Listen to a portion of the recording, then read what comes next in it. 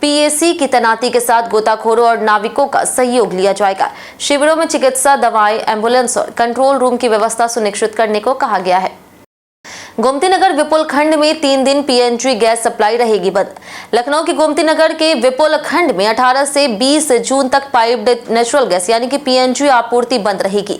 करीब 8000 कनेक्शन प्रभावित होंगे। ग्रीन गैस लिमिटेड द्वारा सिस्टम अपग्रेड के कारण यह कदम उठाया गया है, जिससे 48 घंटे में सप्लाई बहाल की जाएगी।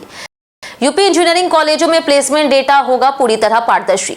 एकेटीयू से जुड़े 734 इंजीनियरिंग कॉलेजों को केंद्रीय प्लेसमेंट पोर्टल से जोड़ा जाएगा, जिससे वास्तविक प्लेसमेंट डेटा पारदर्शी होगा। बीटेक पाठ्यक्रम में बदलाव कर एआई और आधुनिक तकनीकों को शामिल किया गया है। विश्वविद्यालय गुणवत्ता, रोजगार परक शिक्षा और डिजिटल अपग्रेडेशन पर जोर दे रहा।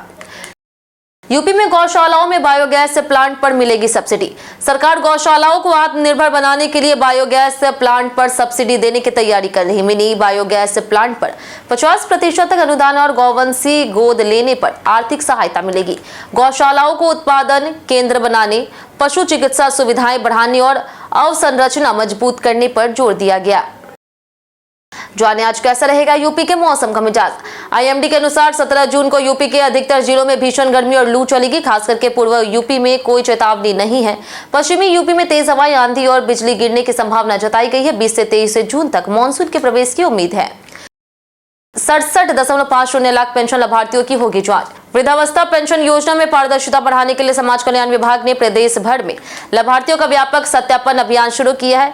67.50 लाख लाभार्थियों की जांच की जा रही। मृत या फिर अपात्र लोगों को हटा करके पात्रों को फैमिली आईडी से जोड़ने के निर्देश दिए गए।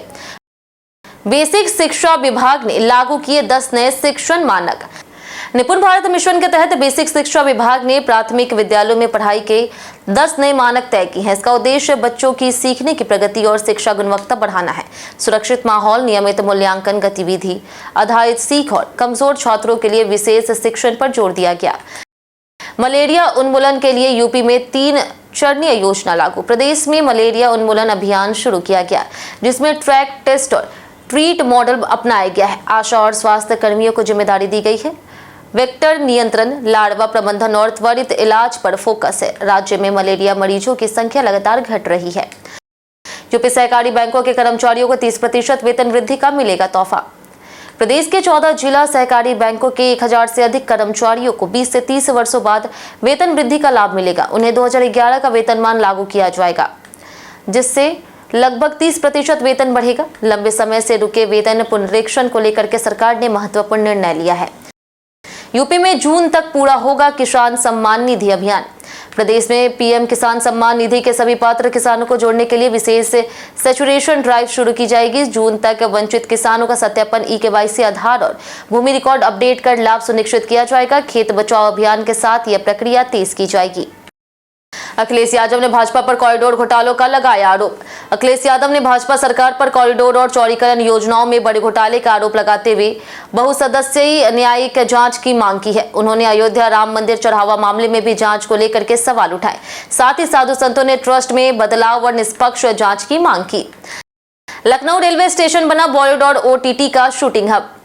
लखनऊ के रेलवे स्टेशन 2017 से 2025 के बीच 18 फिल्मों और वेब सीरीज की शूटिंग का केंद्र बना।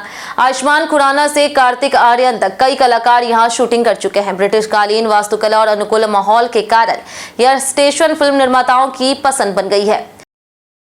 श्रीलंका दौरे पर वैभव सूर्यवंशी का वीडियो बना चर्चा का विषय। वैभव सूर्यवंशी का श्रीलंका दौरे पर पूर्व कप्तान अनुरा टेनिकुन का पैर छूने का वीडियो वायरल हुआ है।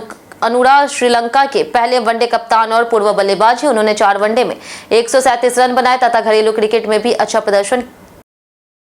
कई कारणों से दर्ज भारत के इतिहास में आज की तारीख 1674 में जीजाबाई, जो शाहजी भोसले की पत्नी और छत्रपति शिवाजी महाराज की माता है, उनका निधन हुआ। 1945 में पीडीटी आचार्य का जन्म हुआ, जो लोकसभा के पूर्व महासचिव थे। 1970 में निशिकांत कामत का जन्म हुआ, जो प्रसिद्ध फिल्म निर्देशक थे। 1973 में लिएंडर पेश का जन्म हुआ, भारत के महान टेनिस खिलाड़ी। 2015 में 28वें मुख्य न्यायाधीश मदन मोहन पुंछे का निधन हुआ। इसी के साथ बढ़ते आज के सवाल की। और आज का सवाल है, क्या यूपी में विकास सिर्फ शहरों तक सीमित रह गया है? आप अपना जवाब हमें हमारे कमेंट सेक्शन में लिखकर जरूर बताएं। आज के लिए इतना ही। उत्तर प्रदेश की तमाम खबरों के साथ बने रहने के लिए देखते रहे डेली यूपी, और साथ ही यूट्यूब चैनल पर देखें, चैनल को सब्सक्राइब कर दे। अगर आप फेसबुक पेज पर देख रहे हैं तो लाइक और फॉलो जरूर करें।